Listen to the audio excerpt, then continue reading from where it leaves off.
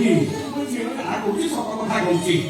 ଛୋଟ ଛୁଆଟା ନୂଆ ନୂଆ କରି ଶାଶୁ ଘରକୁ ଯାଇଛି ଆମ ମାନଙ୍କ କଥା ମନେ ପଡିପାରୁଛି ଆମ ପାଖକୁ ପୁଣି ଚାଲି ଆସିଛି ବାବାଟା ତାପରେ ବିରକ୍ତ ହୋଇ ତାକୁ ବୁଝେଇଛୁ ଯେ ତୋର ଘରକୁ ନେଇଯା ଆପଣଙ୍କ କଥା ଶୁଣି ମୋ ଆଖି ପୁରା ଖୋଲିଗଲା ନା ଚଲା ଚଲା ଚଲା ଚଲା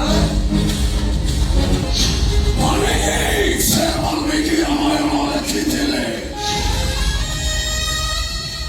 ବାଲ୍ମୀକି ରାମାୟଣରେ କ୍ଷମାର ଶବ୍ଦ ନାହିଁ ଭୁଲ କରିବା କେବଳ ମୋ ଅଧିକାର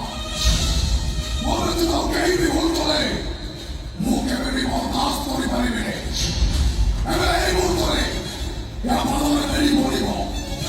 ଆଉ ଖାଇବା ପିଇବା ସବୁ ବନ୍ଦ ହେଇଯିବ ତମ ଝିଅ ମୋ ସ୍ତ୍ରୀ ଏଇ ସାରିଛି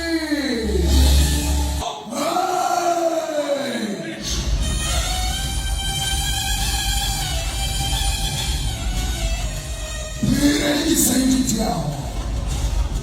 ବେଶୀ ହରେଇବାକୁ ଚେଷ୍ଟା କରିବୁ ତ ତ୍ରିକର୍ତ୍ତା ଦେବି ଆଉ ତ୍ରିକର୍ତ୍ତା ଦେବି ତ